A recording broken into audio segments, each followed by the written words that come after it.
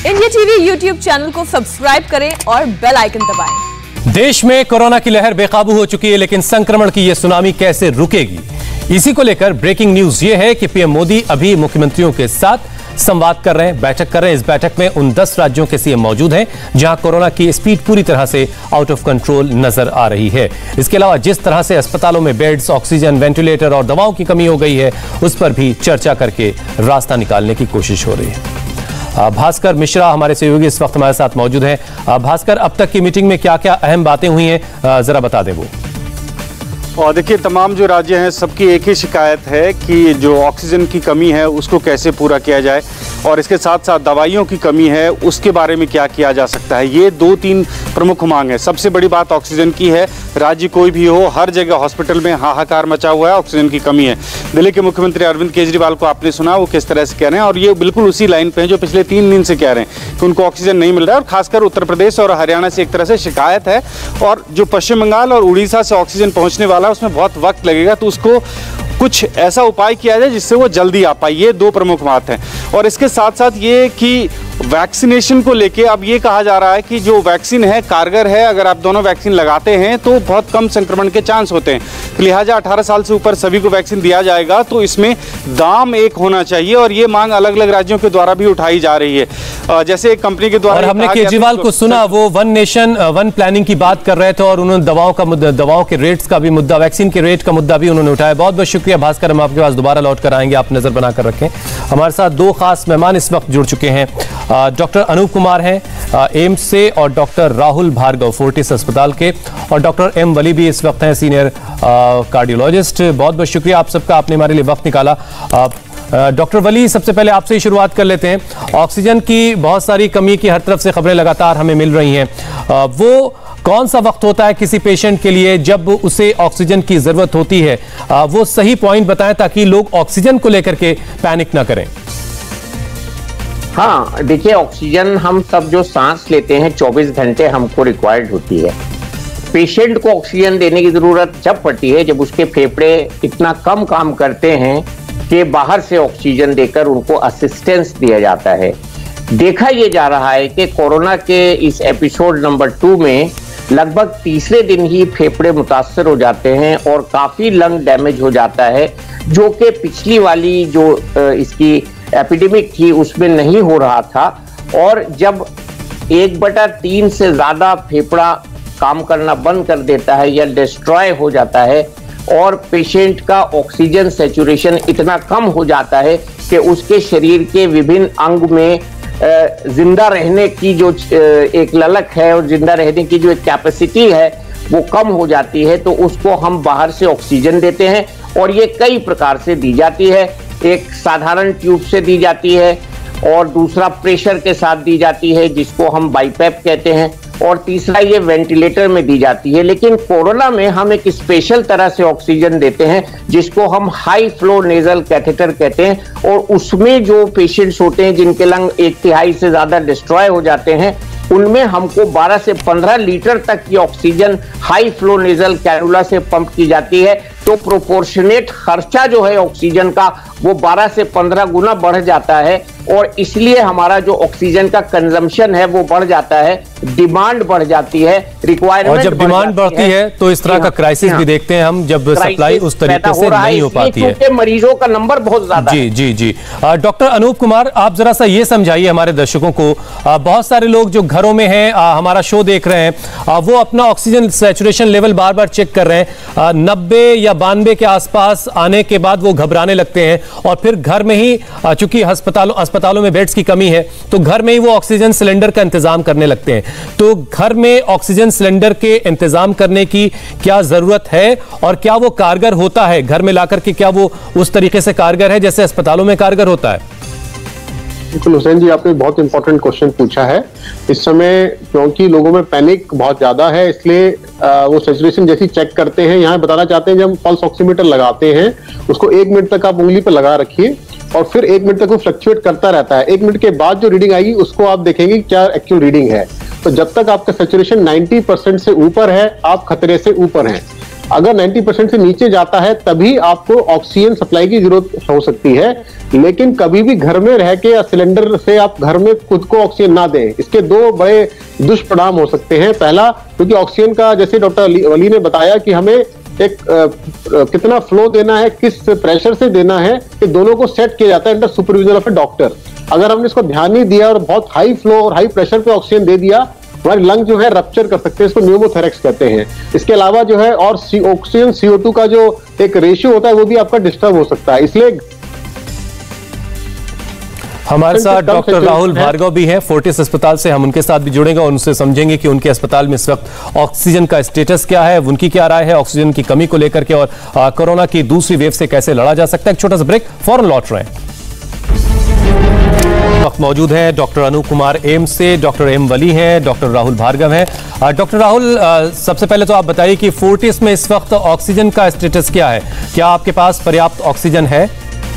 देखिए, कल जो हुआ उसके बाद आज हमारे पास आज तक की ऑक्सीजन है, पर जिस प्रकार से नंबर ऑफ केसेस बढ़ते जा रहे हैं हमको अपने बेड इंक्रीज करने पड़ेंगे। 200 लोग हैं और 50 पेशेंट अभी इमरजेंसी में वेट कर रहे हैं। अगर मुझे ऑक्सीजन पार्लर की तरह ऑक्सीजन बेड्स खोलने हैं और तो मुझे ऑक्सीजन की 3 मैट्रिक टन की रिक्वायरमेंट रोज की रहेगी। अब ये सारी चीजें एक प्रकार के ब्यूरोक्रेटिक हैसल में फंसी हैं। भिवाड़ी कहता है कि आप सरकार से लेटर लेके आइए कि आपकी रिक्वायरमेंट कितनी है। हमने आपकी रिक्वायरमेंट हरियाणा की फिक्स कर दी है, 20 मैट्रिक टन की आपकी रिक्वायरमेंट है। आप एक लेटर निकलवाइए तब हम आपका टैंक भरेंगे। एक टैंक को भरने में 3 घंटे लगते हैं और ट्रांसपोर्ट होने में 2 घंटे लगते हैं, मतलब 5 घंटे। अब आप सोचिए, जिस प्रकार का सैलाब है, मैं इसको सुनामी बोल रहा हूं और सैलाब बोल रहा हूं, अब ये वर्ड रखिएगा याद, जिस प्रकार से लोग पर मिनट से सिर्फ ऑक्सीजन के लिए आ रहे हैं। मैं आपको बताऊं, 100 में से 2 को वेंटिलेटर पड़ता है, 6 को बाईपैप की जरूरत पड़ती है और उसमें से 15 लोगों को ऑक्सीजन की जरूरत पड़ती है।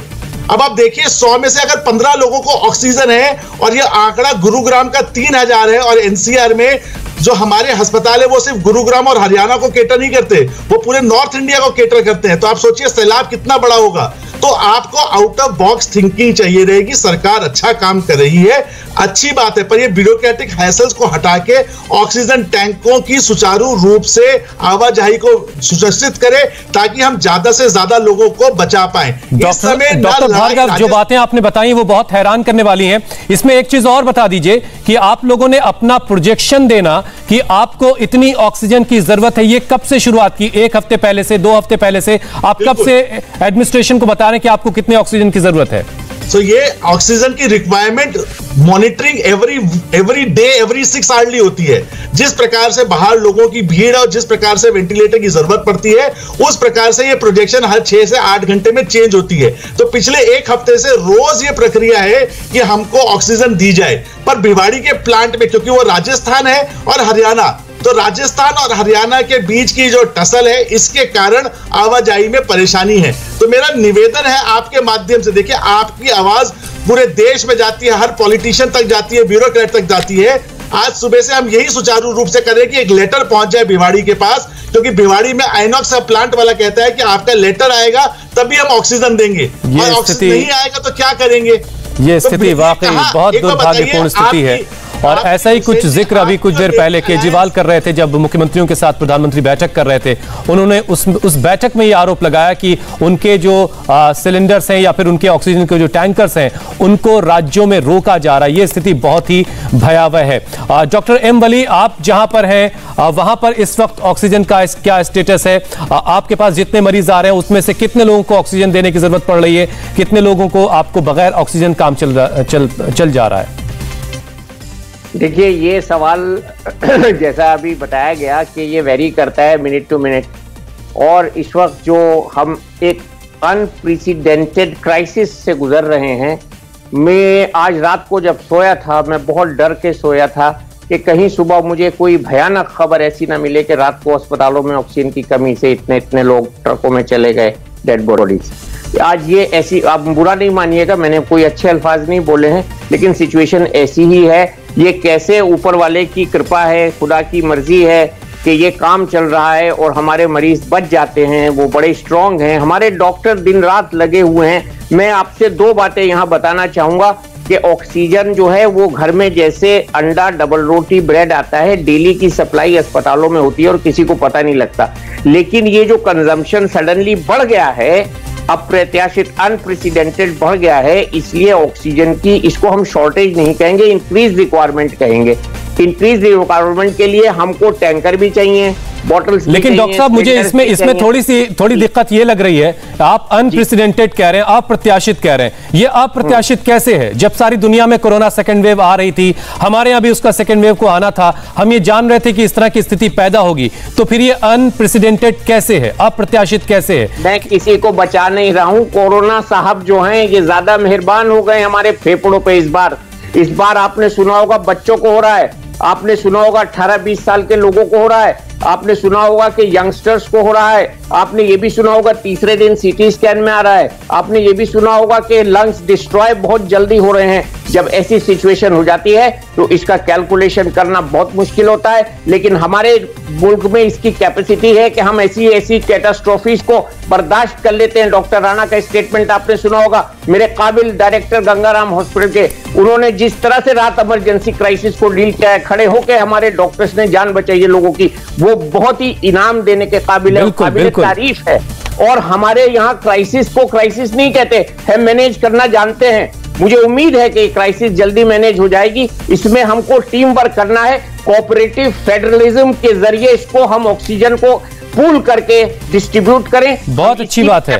और हमने सुबह सुबह गंगाराम अस्पताल की तस्वीरें देखी हैं, जब वहां पर ऑक्सीजन खत्म होने को थी, चली जाएगी जी, और वहां पर फिर टैंकर से ऑक्सीजन पहुंचाई गई। डॉक्टर अनूप, अब जरा हम वैक्सीन की बात कर लेते हैं, क्योंकि वैक्सीन भी लगातार वैक्सीनेट लोगों को किया जा रहा है। एक सवाल ये बहुत सारे लोग पूछ रहे हैं डॉक्टर अनूप की, जो कोविड पॉजिटिव हो गए, हाल फिलहाल में कोविड पॉजिटिव हुए, उसके बाद नेगेटिव हो गए, तो उन्हें वैक्सीन कब लेनी चाहिए? क्या उन्हें सबसे आखिर में लेने के लिए इंतजार करना चाहिए, या जब उन्हें मौका मिले वो वैक्सीनेट खुद को करवा लें? कि जब कोई पेशेंट कोविड नेगेटिव हो जाता है, उसके 2 हफ्ते के बाद वो जाकर वैक्सीन ले सकता है। इसके 2 कारण होते हैं कि जब वो कोविड पॉजिटिव होकर नेगेटिव हुआ है तो उसकी कुछ एंटीबॉडीज अभी ऑलरेडी परसिस्ट कर रही हैं बॉडी में, और जब हम वैक्सीन लगाते हैं तो उनसे भी एंटीबॉडीज बनती हैं। तो हम ये चाहते हैं कि शुरू में इनका इंटरेक्शन ना हो, इसलिए 2 हफ्ते के बाद जो है वो पहली बात की, एक तो दूसरे को संक्रमण करने का रिस्क भी कम हो जाएगा, क्योंकि उसके अंदर थोड़ा वायरल अभी डीएनए, आरएनए जो है ब्लड में सर्कुलेट करता रहता है, और जब वो अगर वैक्सीन सेंटर पे जाते हैं तो ये हो सकता है कि संक्रमण दूसरे को ना कर दे, इसलिए हम कहते हैं 2 हफ्ते तो वेट करें। और एंटीबॉडी भी जब डेवलप 2 हफ्ते के बाद होती हैं, वो ज्यादा प्रभावशाली बनती हैं, तो इसलिए 2 हफ्ते के बाद वो जाकर वैक्सीन को लगवा सकते हैं। डॉक्टर राहुल भार्गव, क्या वैक्सीन ही कोरोना का आखिरी इलाज है, कोरोना को खत्म करने का? हुसैन जी, बिल्कुल आपने पते की बात कही। अब मैं 30 सेकंड्स लूंगा। जो आपने अनूप जी से सवाल पूछा था उसका जवाब है कि हर कोविड आदमी को, जिसको कोविड हुआ है, उसे 2 से 4 हफ्ते में जाके वैक्सीन लेनी चाहिए। वो एक बूस्टर की तरह काम करता है। और बाकी वेरिएंट जो है, वो B1.17 हो, B1.6 हो, तीनों वेरिएंट के अगेंस्ट में काम करता है। ये NEJM में आर्टिकल पब्लिश्ड है। तो हर आदमी को वैक्सीन लेना आवश्यक है। दूसरी चीज समझिए, फाइजर की वैक्सीन से आज कल पेपर पब्लिश हुआ है, प्रेग्नेंट फीमेल्स को भी बचाया जा रहा है। और 30 मार्च को पब्लिश हुआ कि 18 साल तक के बच्चों को दिया गया 100% इम्यूनिटी मिल गई उनको। आप वैक्सीन के माध्यम से एक और आप चौंकाने चीज देखिए, अद्भुत बात देखिए, 5000 लोगों को टीका लगने के बाद कोरोना हुआ, उसमें से सिर्फ 0.001% लोगों को परेशानी या मृत्यु हुई। 0.001 मतलब पॉइंट के आगे 2 0 और 1। इसका मतलब हुसैन भाई ये बात है कि अगर हम 2 टीके वैक्सीन के लगवाते हैं, इसके बाद कोरोना होगा, पर ऑक्सीजन की आपको रिक्वायरमेंट नहीं पड़ेगी और अस्पताल जाने की जरूरत नहीं पड़ेगी। तो मैं बार बार लोगों को वैक्सीन हेजिटेंसी हटाने के लिए बात कर रहा हूं।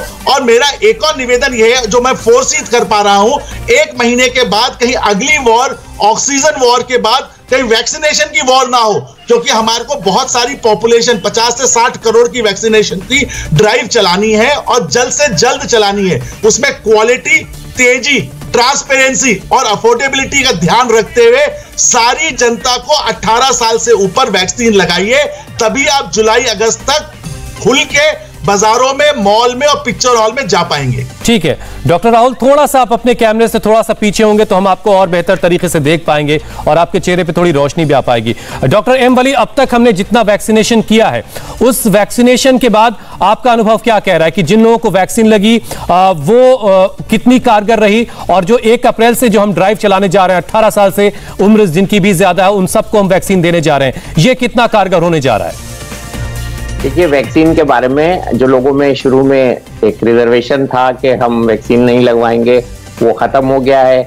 दूसरे, हमारे यहाँ अब वैक्सीन कई जगह से आएगी और वैक्सीन की कोई कमी और शॉर्टेज नहीं होगी। वैक्सीन लगाने के लिए हमारे पास पूरा स्टाफ है। लोगों को आगे आना है तो वो आ रहे हैं। मेरा तजर्बा बहुत अच्छा है, मैंने खुद भी वैक्सीन लगवाई है, मेरी 1 डोज पूरी हो गई है, दूसरी डोज 1-2 दिन में लग जाएगी। तो वैक्सीन का जो हमारे पास एक कहने के लिए सबसे मोटा और सबसे स्ट्रॉन्ग पॉइंट है वो ये है कि वैक्सीन जो है हमको कोरोना के दूसरे हमले से रोकती है। वैक्सीन जो है हमको, अगर दूसरा जैसे अभी बताया गया, कोरोना का अगर हमला होता है 2 वैक्सीन लगने के बाद भी होता है तो हमको शायद उसका जो संक्रमण होता है वो बहुत कम होता है, हम वेंटिलेटर बहुत पर कम नहीं नुकसान जाते पहुंचा हैं, पाता है संक्रमण, और हमारी इम्यूनिटी जो है वो वैक्सीन बूस्ट करता है। और इसकी कई तरह की इम्यूनिटी होती है जो कि मेडिकल साइड से हम समझा सकते हैं। ठीक है, लेकिन इसमें सबसे बड़ा जो पॉइंट है वो वैक्सीन हेजिटेंसी का। ठीक है डॉक्टर राहुल, जल्दी से 30 सेकंड में अपनी बात कह दीजिए, मुझे शो खत्म करना है। वैक्सीनेशन ही एकमात्र रास्ता है कोरोना को हराने का। जितने भी म्यूटेशन आए और जितनी आपके पास वैक्सीन है, सारे म्यूटेंट के अगेंस्ट में वो एक्टिव है।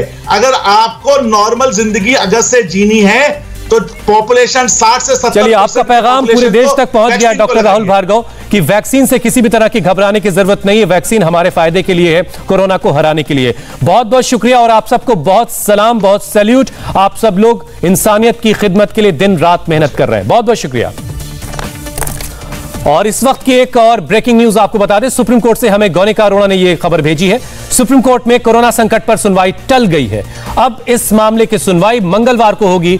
कल कोर्ट ने केंद्र से 4 मुद्दों पर जवाब मांगा था, साथ ही मौजूदा हालात को नेशनल इमरजेंसी जैसा बताया था, लेकिन अब इस मामले की सुनवाई को टाल दिया गया है। सुप्रीम कोर्ट से गौनिका अरोड़ा ने यह खबर हम तक पहुंचाई है। ये सुनवाई अब मंगलवार को होगी। कल अदालत ने केंद्र से 4 मुद्दों पर जवाब मांगा था, लेकिन आज सुनवाई होनी थी, आज सुनवाई टाल दी गई है। आज शुक्रवार है और अब मंगलवार को, यानी शनिवार और एतवार छोड़कर के फिर सोमवार के बाद मंगलवार को इस मामले में कोर्ट सुनवाई करेगी। नमस्ते, मैं हूं मीनाक्षी जोशी। वीडियो और खबरों से अपडेट रहने के लिए India TV YouTube channel subscribe करें, बेल आइकन दबाना ना भूलें। जुड़े रहें इंडिया टीवी के साथ।